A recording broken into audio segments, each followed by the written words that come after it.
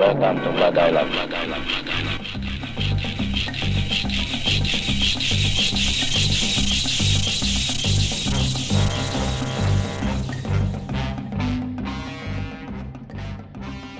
Hello and welcome to That's Cool, That's Trash, the podcast where we watch a psychotronic movie online, then get together on Skype to break down the crazy. I'm Matt Howell. We're back to wrap up the Blood Island series after a little Thanksgiving break I did with some friends. It was great to have some guests on again to talk about Home Sweet Home, and I can assure you that I won't be doing many of these solo episodes in the future.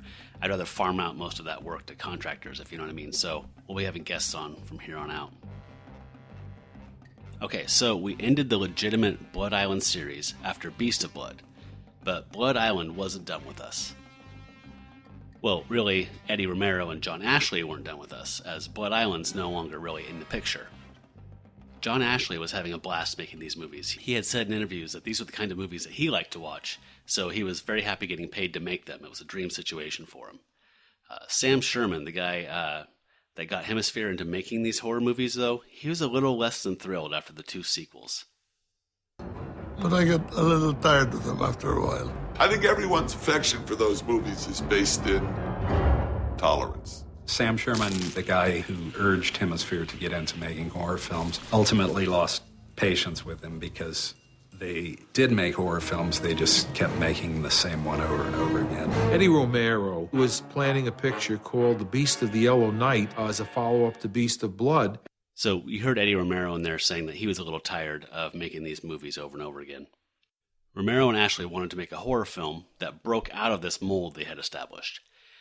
Something that had some artistic merit, some philosophical heft, and so they produced Beast of the Yellow Night.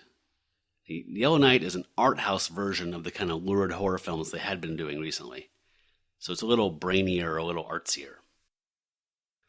So in Yellow Night, at the end of World War II, John Ashley plays Joseph Langdon, a U.S. soldier who is utterly devoid of morality. He's a killer and a rapist and just an all-around bastard. When we meet him, he is starving to death in the jungle, and he's approached by a talking serpent, who soon reveals himself to be the devil. They recognized evil man. Please. I'm too weak to fight or run. I'll do anything you ask. Just don't kill me. What have you got to offer? No. Please. No. I didn't mean to hurt anybody. I'm scared. You can't kill me. It's not like wild animals. I'm a human being. Just like you are. Shut up. Would you serve me, Langdon, without question, loyally for the rest of your life? No. I swear. No need for that. I always take a man at his word. So Langdon strikes up a Faustian deal with the devil. He becomes immortal, inhabiting different bodies throughout time. Why do you think I keep bringing you back, Langdon? Apart from the pleasure you get out of it. To awaken the latent evil in the people that I come in contact with. Good. I knew you'd be sharp enough to grasp that. It isn't as easy as it might seem to find qualified agents. Human nature is so ambiguous, and the propagation of evil is left entirely to chance. 25 years after this deal is struck, Langdon's current host body dies, and the devil puts him into a new host. And he even toys with Langdon a bit by letting him keep his original face, by making him Philip Rogers. I would like to see my husband. Of course. We haven't moved him from his room. I want to see his face. What happened to his face? Mangled beyond recognition in an industrial accident. He's had a number of operations. I've been helping here and there. Having his own face makes Langdon realize what he's lost, and he begins to question the terms of his deal. What am I? Well, you're in transition. You're still part man, becoming, hopefully, a quality, a pure moral force, so to speak. I am a man. Damned, maybe, but still a man. who knows shame and sorrow and revulsion and regret. So Satan tortures Langdon by causing great pain whenever he rebels. And there's another development. This pain also is an indicator that Langdon is about to become a hideous monster that rampages through the night, killing innocent people. What kind of a weapon would you need to rip out a man's heart with a single blow? You're not sure it was a single blow? I wouldn't swear to it, no. Not on something as mutilated as that. But I would guess he was hit no more than 3 times. Once on the head and twice across the body. With the force of a jackhammer. And that's not all. We picked up bits of tissue from his heart, lungs, digestive tract that looked as if they come out of a meat grinder. One night, the beast is harbored from police pursuit by a blind man who doesn't quite realize who he's saving. The blind man was the same actor who played Arcadio in Brides of Blood, by the way. I see. What? That it makes little difference to you whether you are lost or saved. All you want is to make an end. No one is ever saved. You are an optimist. If things were as simple as that, there would be no need for life to run so long. So the philosophy is laid on a little thick, and there's a lot of it. So the thrust of this is that Langdon wants to redeem himself and regain his soul. I appreciated that they didn't just make the same movie again, and I like the monster. He looked like a cross between a Wolfman and the thing that Dan Aykroyd turned into at the beginning of the Twilight Zone movie, so he was kind of cool looking. Plus, if you wanted to see John Ashley's ass grinding away in a sex scene, well, this has that too. Okay, and we're moving on to the final movie in the non-Blood Island movies with Ashley and Romero, and it's called The Twilight People. Ironically, this whole cycle of films started with Terror is a Man from 1959. Remember way back to that one? The first Filipino horror film?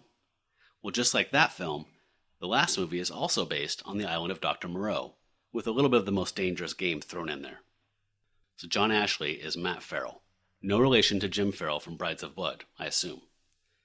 Farrell is snatched while scuba diving, and he awakens to find a guy named Steinman, an avid hunter, guarding him, hoping that he will make a run for it.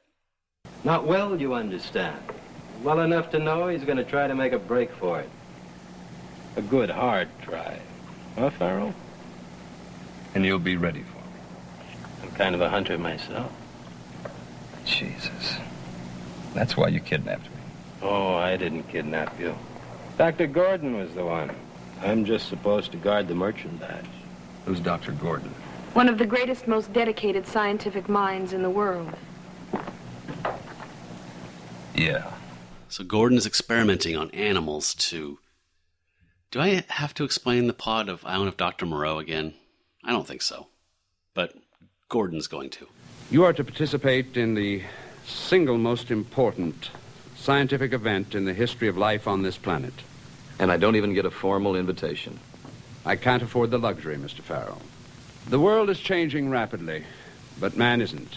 Pollution, overpopulation, nuclear war, the ecological consequences of what we call civilization will force man to find new environments, to go into the seas to live, perhaps to leave this planet, find others on which to settle.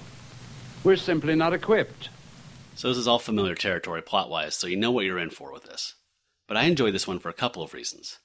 It seemed to have a really good cinematographer who made full use of the tropical environment. The lush colors really pop off the screen, like in Technicolor, you know. And it's a treat to look at.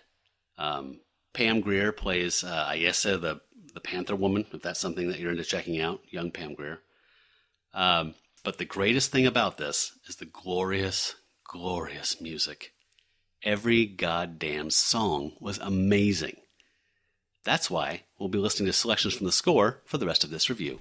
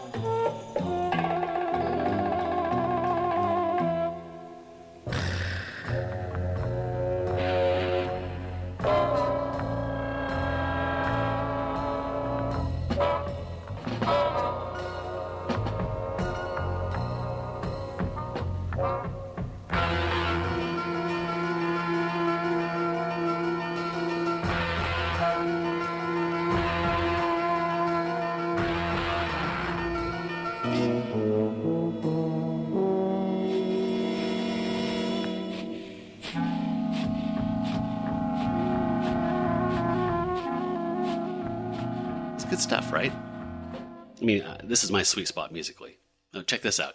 Here's some of the awesome sneaking around the mansion at night music.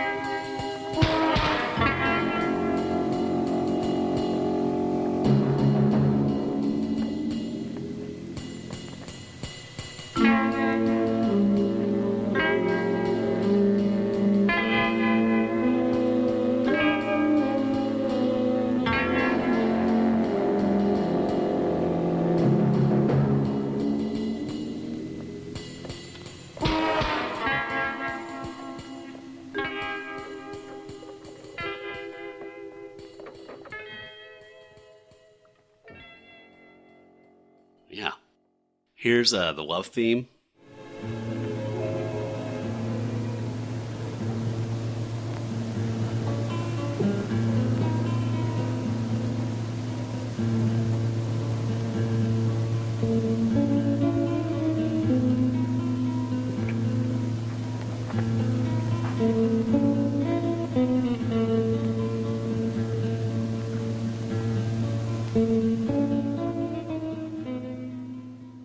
Here's just some more randomly awesome music.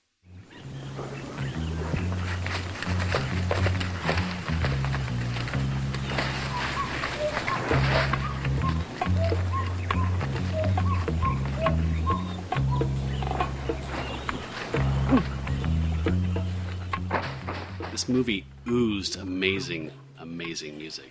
It was written by Tito Arevalo and Aristone Avellino. I've looked around online a bit for a bootleg, and I'm gutted because I can't find one. I would totally buy that. So if you ever see it, you can get it for me, and I'll be forever in your debt. So as you may gather from my description, this movie had great production values. But there was one ridiculous piece of ADR, that's additional dialogue recording, that was like, "Egaw, watch out for snakes bad." So Matt Farrell is talking to Dr. Gordon's daughter, and apparently John Ashley wasn't available to do the re-record of his response to her question. Hello. Hello, Mr. Farrell. How are you feeling? Fine. Good. That hilarity aside, it was pretty well made, and had a genuine twist at the end that I found pretty satisfying. Okay, well, that wraps the Blood Island saga. We covered nearly 15 years and 7 movies.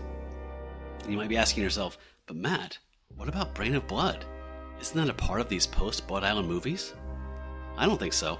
I didn't include it because neither Eddie Romero nor John Ashley is involved in it, and it wasn't shot in the Philippines. So a lot of people lump that in, but in my opinion, that means it's not. Overall, I highly enjoyed this series. It lived up to its reputation and was a fun ride.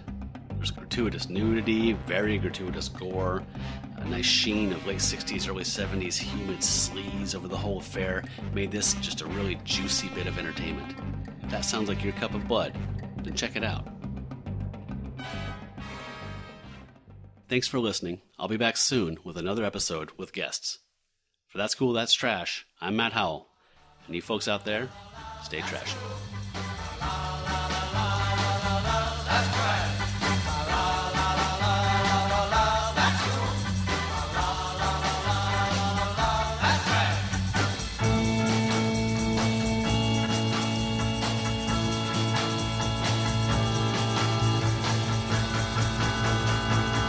That's trash. It's garbage, folks. You must really have a good case of hot pants for that guy. That makes 2 of them.